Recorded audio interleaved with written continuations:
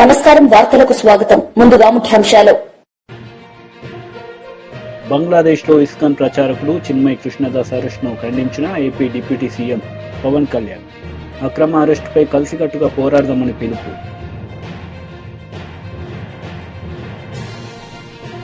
కేంద్ర మంత్రి Kishan Reddy press meet పలు అంశాలపై వివరణ. దేశ అంచనాలు అవసరాలను రాజ్యాంగం తీర్చిదిద్దిందని ప్రజలకు మార్గదర్శకంగా నిలుస్తుందని ప్రధాని నరేంద్ర మోదీ అన్నారు. సుప్రీంకోర్టులో నిర్వహించిన రాజ్యాంగం 75వ వార్షికోత్సవాల్లో ప్రధాని పాల్గొన్నారు. భారతదేశం భారీ మార్పు వైపు వెళ్తుందని రాజ్యాంగం అందుకు మార్గాన్ని చూపుతుందని వివరించారు. साथियों, हमारा संविधान हमारे वर्तमान और हमारे भविष्य का मार्गदर्शक है. बीते 75 वर्षों में देश के सामने जो भी चुनौतियां आई हैं, हमारे संविधान ने हर उस चुनौती का समाधान करने के लिए उचित मार्ग दिखाया है. इसी कालखंड में आपातकाल जैसा समय भी आया और हमारे संविधान ने लोकतंत्र के सामने आई इस चुनौती का भी सामना किया. हमारा संविधान देश की हर जरूरत, हर अपेक्षा पर खरा उतरा है. संविधान से मिली इस शक्ति की वजह से ही आज जम्मू कश्मीर में भी बाबा साहब का संविधान पूरी तरह लागू हुआ है. आज हर देशवासी का एक ही ध्येय है, विकसित भारत का निर्माण.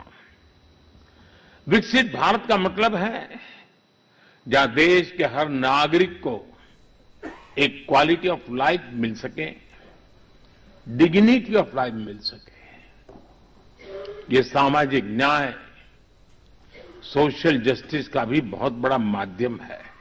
కేంద్ర మంత్రి కిషన్ రెడ్డి మీడియా సమావేశం నిర్వహించారు. ఈ సందర్భంగా పలు అంశాలపై ఆయన మాట్లాడారు. రాజకీయపరమైనటువంటి ఆరోపణలు ప్రత్యారోపణల నేపథ్యంలో తెలంగాణ నష్టపోతా ఉంది. తెలంగాణ ఈరోజు గతంలో ఉన్నటువంటి టీఆర్ఎస్ పార్టీ కారణంగా, ఈరోజు అధికారంలో ఉన్నటువంటి కాంగ్రెస్ పార్టీ కారణంగా రాష్ట్రము నష్టపోతుంది తప్ప రాష్ట్రంలో ఉన్నటువంటి రాజకీయ వ్యవస్థ భ్రష్టు పడుతుంది తప్ప ఏమాత్రం మార్పు రాలేదు. అది ఎమ్మెల్యేల పార్టీ ఫిరాయింపుల నుంచి మొదలు పెడితే, వ్యక్తిగత దాడుల నుంచి చూపిస్తే, అసాధ్యమైనటువంటి విషయాల్లో సాధ్యాలు చూడకుండా ప్రజలను మభ్యపెట్టే విషయంలో కూడా ఈరోజు రెండు పార్టీలకు తేడా లేదు. ఈ రెండు పార్టీలు ఒకటే. ఈరోజు గతంలో కాంగ్రెస్ పార్టీ రాజశేఖర్ గారు ఉన్నప్పుడు టీఆర్ఎస్ ఎమ్మెల్యేలను చేర్చుకున్నాడు. కేసీఆర్ ముఖ్యమంత్రి అయిన తర్వాత కాంగ్రెస్ ఎమ్మెల్యేలను చేర్చుకుని మంత్రి పదవులు చేశారు. ఈరోజు మళ్ళీ కాంగ్రెస్ పార్టీ అధికారంలోకి వచ్చిన తర్వాత రేవంత్ రెడ్డి గారు టీఆర్ఎస్ ఎమ్మెల్యేలను చేర్చుకుని పార్టీ ఫిరాయింపుల చట్టానికి తూట్లు పొడుస్తూ ప్రజాభిప్రాయాన్ని పూర్తిగా కాలరాచేటువంటి ప్రయత్నం చేస్తాం.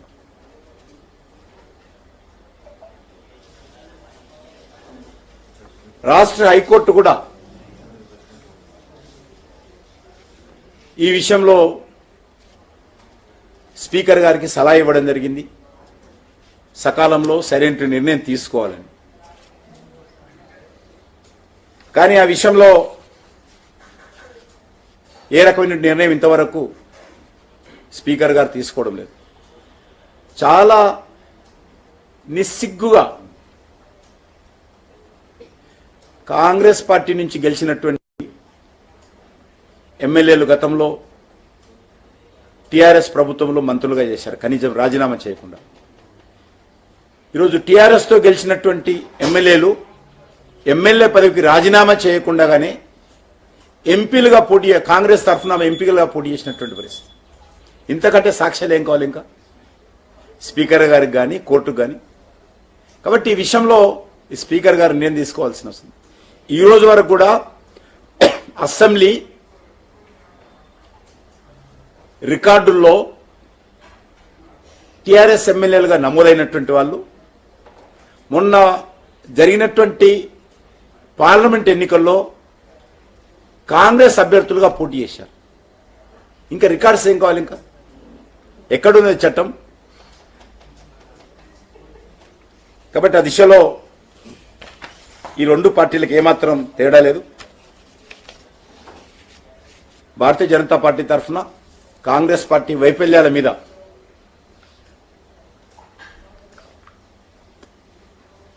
ఒక సంవత్సరం పాటు ఏ ప్రభుత్వానికైనా సమయం ఇవ్వాల్సినటువంటి అవసరం ఉంటుంది. కానీ 2 రోజులు అమలు చేస్తున్నటువంటి హామీలు సంవత్సరం పూర్తయినా 7వ తేదీన ముఖ్యమంత్రిగా ప్రమాణ స్వీకారం చేసి 9వ తేదీ నాడు అమలు చేస్తానటువంటి హామీలు కానీ 6 గ్యారంటీలు 100 రోజుల్లో పూర్తి చేస్తామని స్వయంగా సోనియా గాంధీ గారు ప్రతి ఇంటింటికి ఉత్తరం రాశారు. ప్రతి ఇంటికి ఈరోజు కరపత్రం ఉంది. 100 రోజుల్లో అమలు చేస్తామన్నటువంటి హామీలు ఏవి కూడా ఇంతవరకు అమలు జరగలేదు. తూతూ మంత్రంగా అమలు చేసినట్టు నటిస్తున్నారు. కానీ ఈరోజు ప్రజల్లో అన్ని వర్గాలు, ఇటు నిరుద్యోగులు, ఏదైతే రాహుల్ గాంధీ, రేవంత్ రెడ్డి గారు హైదరాబాద్లోని అశోక్ నగర్ లైబ్రరీ దగ్గరికి వచ్చి ఆ రోజు అనేక రకాల మాటలు టెండర్స్ ఏవి కూడా ఈ సంవత్సరం లోపల అమలు చేస్తానటువంటిది ఒక్కటి కూడా అమలు చేయలేదు. ఈ రకంగా ప్రతి ఒక్క సెక్టారు, రైతులు, రైతు నేస్తం ఎకరానికి 15,000 ఇస్తారా ఇవ్వరా? కౌలు రైతులకు బంగ్లాదేశ్లో ఇస్కాన్ ప్రచారకులు చిన్మయ్ కృష్ణదాస్ అరెస్టును AP deputy CM Pawan Kalyan ఖండించారు. ఈ అక్రమ అరెస్టుపై కలిసికట్టుగా పోరాడదామని పిలుపునిచ్చారు. ఈ మేరకు పవన్ కళ్యాణ్ సోషల్ మీడియా మాధ్యమం ఎక్స్ లో పోస్టు చేశారు. లేచి మాట్లాడతారు. అలాంటిది మన పక్క దేశం అయిన మన నేబరింగ్ కంట్రీ బంగ్లాదేశ్లో హిందువుల మీద ఊచకోత జరుగుతూ ఉంటే, దాడులు జరుగుతూ ఉంటే బేసిక్గా భారతదేశం సమాజంలో స్పందించదు. అది నాకు చాలా ఆవేదన కలిగిస్తుంది. ఇండియన్ ఆర్మీ అంటే ప్రతి దేశంలో ప్రతి రాష్ట్రంలోని సైనికుడు ఉంటారు. అక్కడ వాళ్ళ రక్తాలు దారపోస్తే తప్ప, వాళ్ళ ప్రాణాలు కోల్పోతే తప్ప ఈ రోజున బంగ్లాదేశ్ విమోచన జరగలేదు. షేక్ ముజిబుర్ రెహమాన్ ఆయన ప్రభుత్వం స్థాపించలేకపోయింది. ఇది ఎక్కడో చోట అందరం కలిసికట్టుగా మాట్లాడాలి. ఈ భయాలన్నీ వదిలేసి ఎక్కడ పాలస్తీనాలో జరిగినప్పుడు ఒక ఎకో సిస్టమ్ అందరూ బలంగా వచ్చి నిలబడ్డప్పుడు మీరు బంగ్లాదేశ్లో హిందువులను ఊచకోత జరుగుతుంటే ఎవరు ఎందుకు మాట్లాడటం? అందుకని అది నేను మాట్లాడడం స్టార్ట్ చేశాను. I think it is our fundamental, ఇది మన ప్రాథమిక బాధ్యత. ప్రతి ఒక్క భారతీయ పౌరుడు దీని గురించి మాట్లాడాలి. కూటమి ప్రభుత్వం అధికారంలోకి వచ్చి 6 నెలలు కావస్తోంది. రాష్ట్రంలో లక్షలాది మంది విద్యార్థులు, వారి తల్లిదండ్రులు తీవ్ర ఆందోళనలో ఉన్నారు. కూటమి ప్రభుత్వం ఫీజు రియంబర్స్మెంట్ చెల్లించకుండా విద్యార్థుల జీవితాలతో చెలగాటమాడుతుందని వైఎస్ఆర్సీపీ మాజీ ఎమ్మెల్యే వై విశ్వేశ్వరరెడ్డి మండిపడ్డారు. కోర్సులు పూర్తి చేసుకున్న విద్యార్థులకు కాలేజీల యాజమాన్యాలు సర్టిఫికెట్స్ ఇవ్వడం లేదని అనేక ఫిర్యాదులు వస్తున్నాయి. ప్రభుత్వం వెంటనే బకాయిలు చెల్లించాలని డిమాండ్ చేశారు. బుధవారం విశ్వేశ్వరరెడ్డి మీడియాతో మాట్లాడారు. హాస్టళ్లలో పరిస్థితులు ఎట్లుంటాయనేటువంటిది ఈరోజు అర్థమవుతుంది. కాలేజెస్ ఓపెన్ చేసి ఇన్ని నెలలు కావస్తున్నా కూడా హాస్టల్స్లో ప్రారంభంలోనే దుప్పట్లు కానీ, కార్పెట్స్ కానీ, టవల్స్ కానీ, అదేవిధంగా ట్రంక్ పెట్టెలు కానీ, బుక్స్ ఇవన్నీ కూడా ఇచ్చేవాళ్ళు. కానీ ఈరోజు చలి ముంచుకొచ్చినా కూడా ఈరోజు కూడా సాంఘిక సంక్షేమ హాస్టల్స్, గురుకుల హాస్టల్స్లో ఇవేవి ఇవ్వడం జరగల. మెస్ ఛార్జీలు, కాస్మెటిక్ ఛార్జీస్ అన్నీ కూడా 5 నెలలుగా ₹1 కూడా విడుదల చేయకుండా ఈ ప్రభుత్వం బకాయిలు పెట్టింది. ఈరోజు స్పష్టంగా తేడా కనిపిస్తూ ఉంది. జగన్మోహన్ రెడ్డి గారు ముఖ్యమంత్రిగా ఉన్నప్పుడు విద్యారంగం పైన అత్యంత శ్రద్ధ తీసుకున్నారు.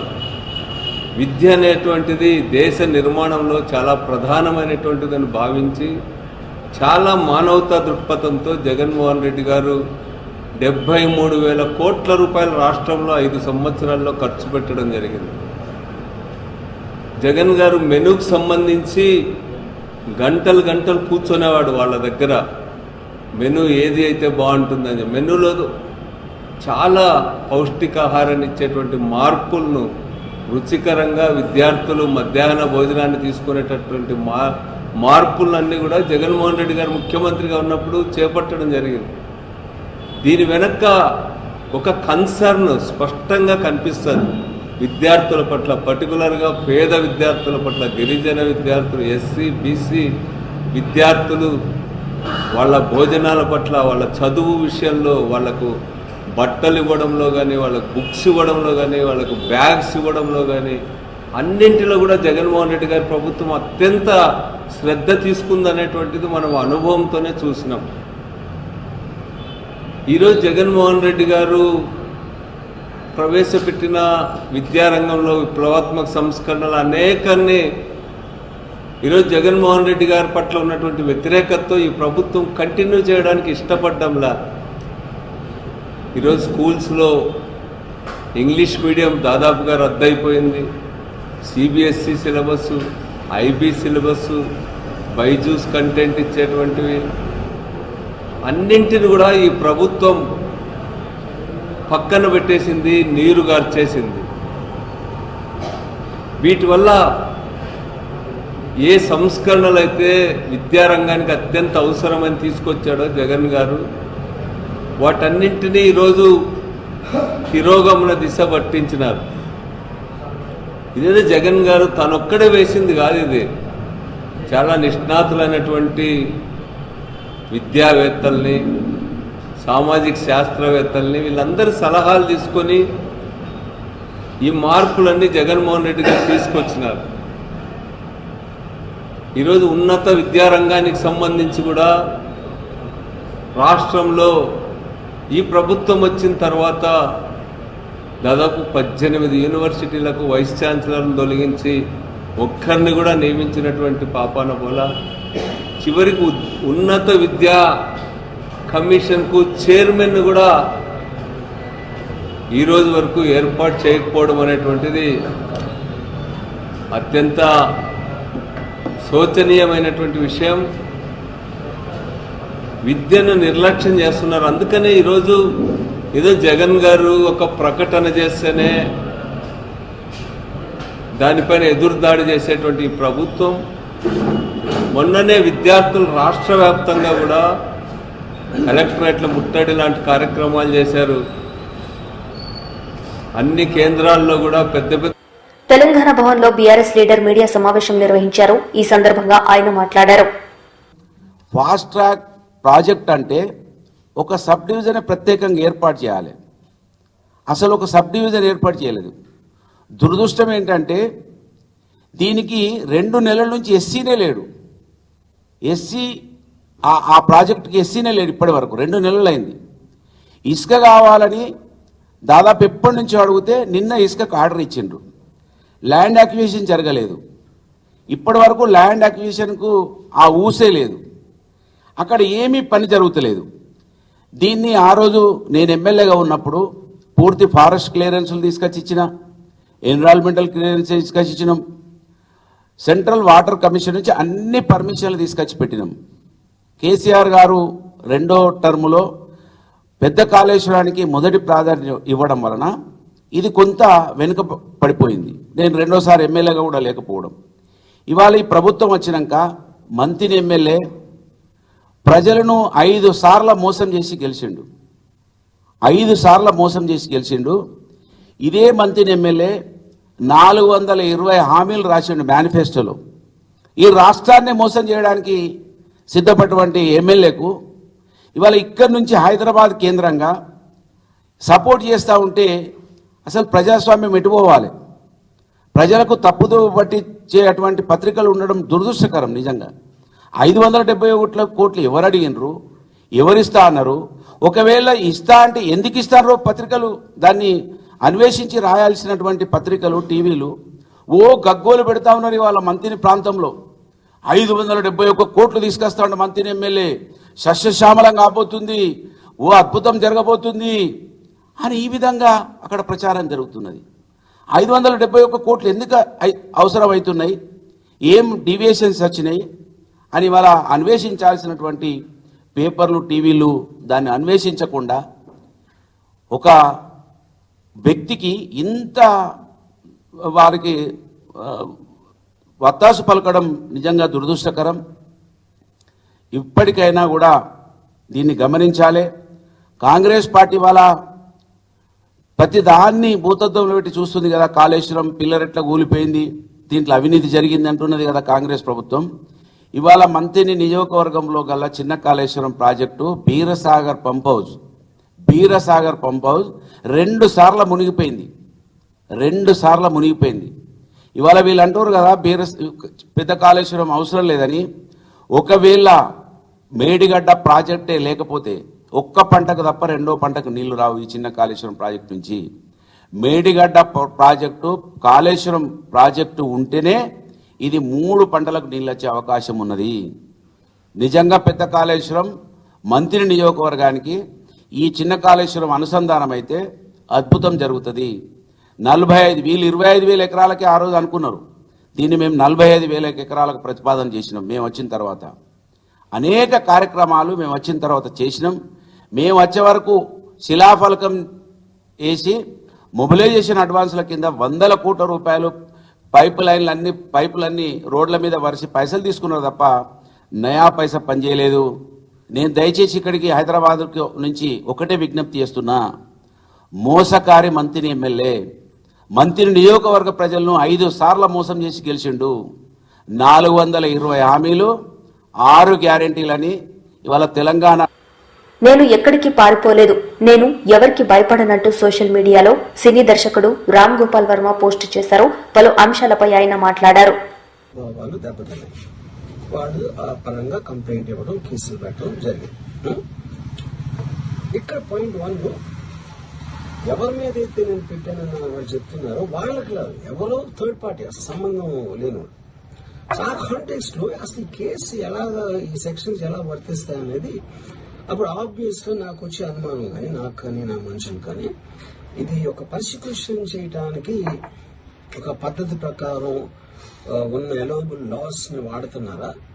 అయితే ఇప్పుడు వరల్డ్ ఓవర్ ఒక ఫినామినా ఏం జరుగుతుందంటే పొలిటికల్ పార్టీస్ వాళ్ళు they're weaponizing the systems of the police. అది అమెరికాలో జరుగుతుంది, యూరోప్ లో జరుగుతుంది, ఎక్కడ కూడా జరుగుతుంది. అప్పుడు నేను ఏ ఒక్క వ్యక్తిని, ఒక పోలీస్ ఆఫీసర్ని కానీ, ఒక పొలిటికల్ పర్సన్ కానీ నేను బ్లేమ్ చేయట్లా. I think it happens in certain ఒక ఏమంటారు దాన్ని, ఒక వే. అది అందరూ కూడా ఎంతో కొంత అది చేయటానికి టెంప్టేషన్ ఉండొచ్చు. But eventually there is the law of the land which will take the final call. So అది that I completely agree, believe in that and I abide by that as a citizen. So ఇప్పుడు ఇక్కడ జరిగింది ఏంటి, నాకు ఒక notice వచ్చింది, నేను ఒక రిప్లై ఇచ్చాను, ఫలానా చోట ఫలానా తారీఖు నేను వస్తాను. అప్పటికి నాకు జరుగుతున్న పని ఒక ఆన్గోయింగ్ షెడ్యూల్ ఉంది కాబట్టి, నాకు ఫిల్మ్ వర్క్ ఉంది కాబట్టి అవ్వలేదు. అండ్ ఇట్ ఈస్ వేరే ప్రొడ్యూసర్ చేస్తాను, ఆ ప్రొడ్యూసర్కి నష్టం వస్తుంది కాబట్టి నేను మళ్ళీ టైం అడిగాను. ఇదేంటి కేసు, ఇదేం అర్జెంట్ కేసు అంటే 1 year తర్వాత ట్వీట్ చూసిన అతనికి 1 week లో అన్ని అయిపోవాలనేది ఏమన్నా మీనింగ్ ఉంటుంది అసలు దానికి? So which basically means it is being done for purposes other than the urgency of the case.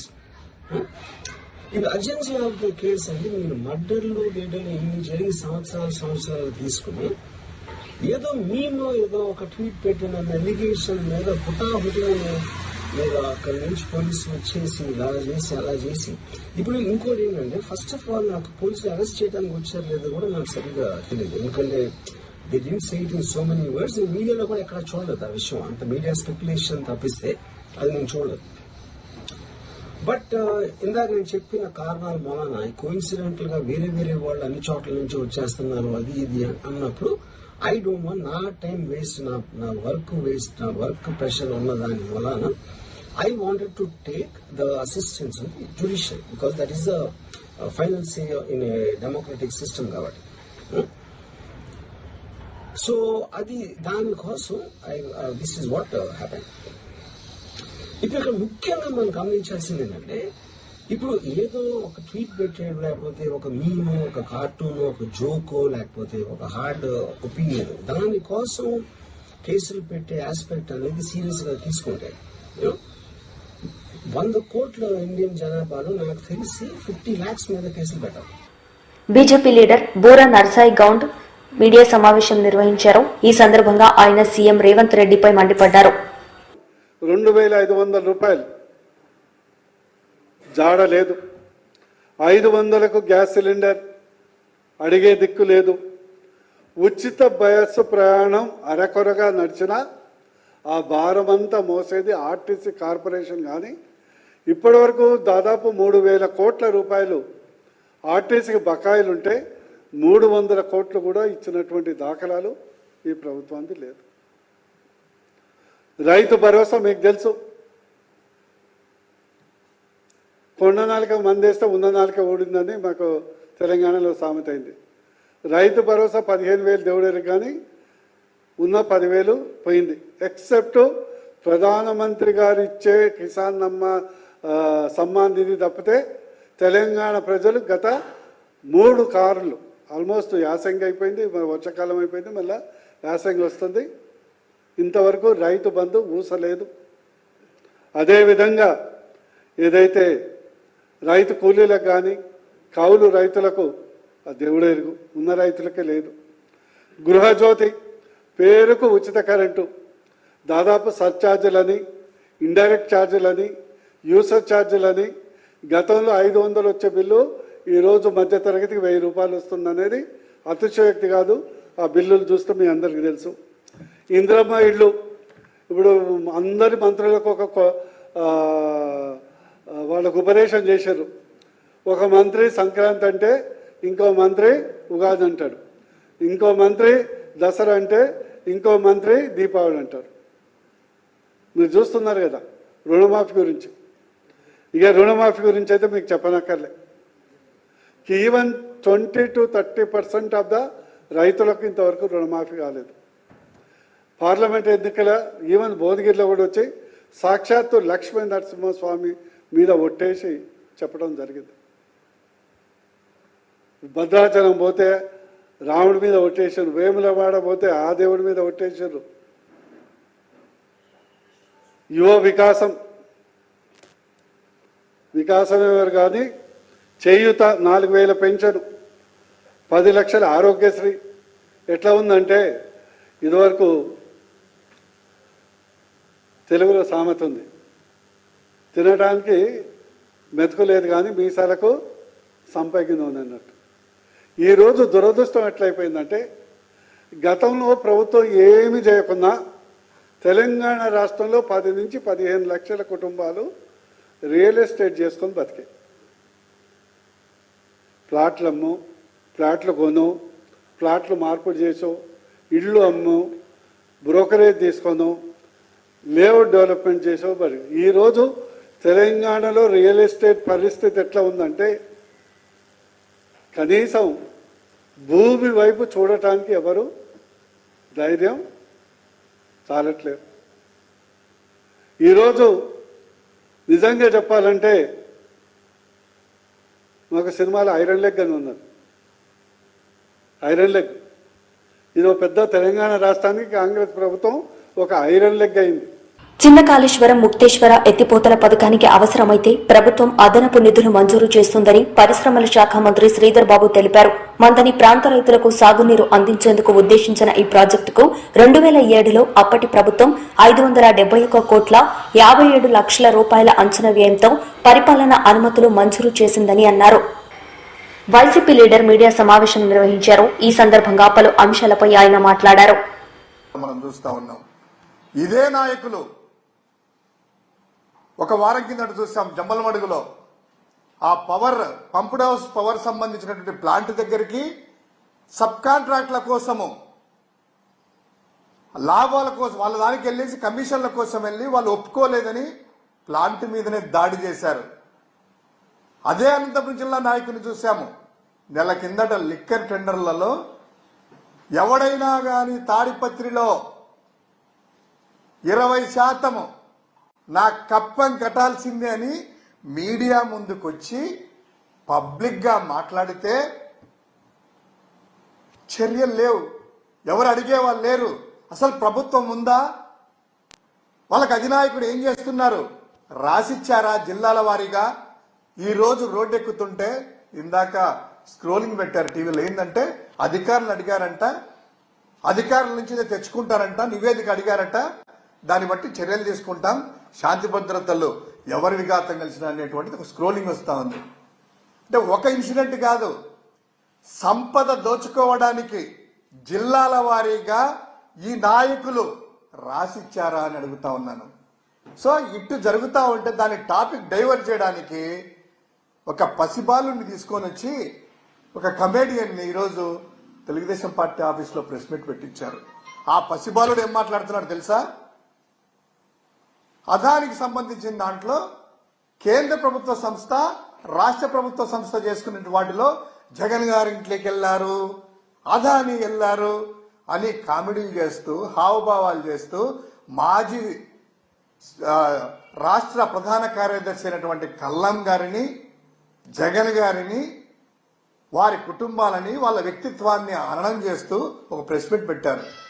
అయితే ఆయన చెప్పింది ఒకటి వాస్తవం ఒప్పుకున్నారు ఈరోజు ఆ ప్రెస్ మీట్ లో. ఏంటంటే చంద్రబాబు హయాంలో అధిక ధరకు కొన్నాము అని ఆ మాట ఒక్కసారి మీరే చూస్తాం. ఒకసారి వీడియో చూపిస్తాను. రూపాయలకు కొనేశాడు చంద్రబాబు, 4 రూపాయలకు కొనేశాడు. పాట 4 రూపాయల 43 పైసలు. ఇప్పుడు నేను అడుగుతున్నా, కొన్నాం, మేము కొనలేదని చెప్పలేదా? కొన్నావా? 4 రూపాయల 43 పైసలు కొన్నాం. మమ్మల్ని మీరు దొంగ అంటున్నారు. సరే సరే ఒకసారి చూసాం, 4 రూపాయల 43 పైసలకి కొన్నాము. అది ఒక్క పీపీఎడ్డీ లేదు. చంద్రబాబు హయాంలో తీసుకున్నట్లయితే 5 రూపాయల 99 పైసలకి కొన్ని అగ్రిమెంట్లు, 4 రూపాయల 99 పైసలకు కొన్ని అగ్రిమెంట్లు, దాదాపు 36 అగ్రిమెంట్లు ప్రైవేటు విద్యుత్ సంస్థలతో, విద్యుత్ సరఫరా చేసే సంస్థలతో ఆవరేజ్ గా ఆయన హయాంలో తీసుకున్నట్లయితే 5 రూపాయల 10 పైసలకి ఆవరేజ్ గా ఒక యూనిట్ ని 5 రూపాయల 10 పైసలకు కొనింది మనం చూసాం. ఇది ఎక్కడికి వెళ్ళలేవు, అగ్రిమెంట్లు అనేటువంటిది ఉంటాయి.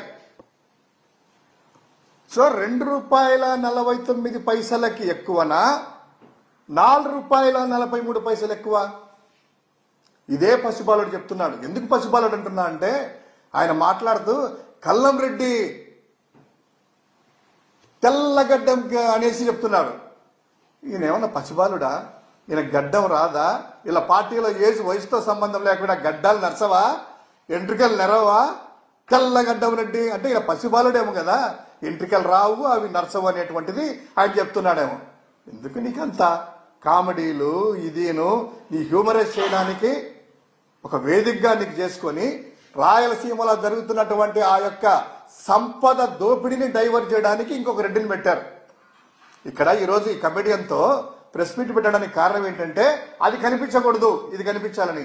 ఎస్, మేము అడుగుతున్నాము, మీరు కుదుర్చుకున్నటువంటి ఒప్పందాల వల్ల అధిక ధరకు యూనిట్ ధర కొన్నారా, జగన్ గారి హయాంలో కొన్నారా అనేటువంటిది. వార్తలు ముగించే ముందు ముఖ్యాంశాలు మరోసారి. బంగ్లాదేశ్లో ఇస్కాన్ ప్రచారకుడు చిన్మయ్ కృష్ణదాస్ అరెస్ట్ను ఖండించిన AP deputy CM Pawan Kalyan. అక్రమ అరెస్టుపై కలిసికట్టుగా పోరాడదామని పిలుపు.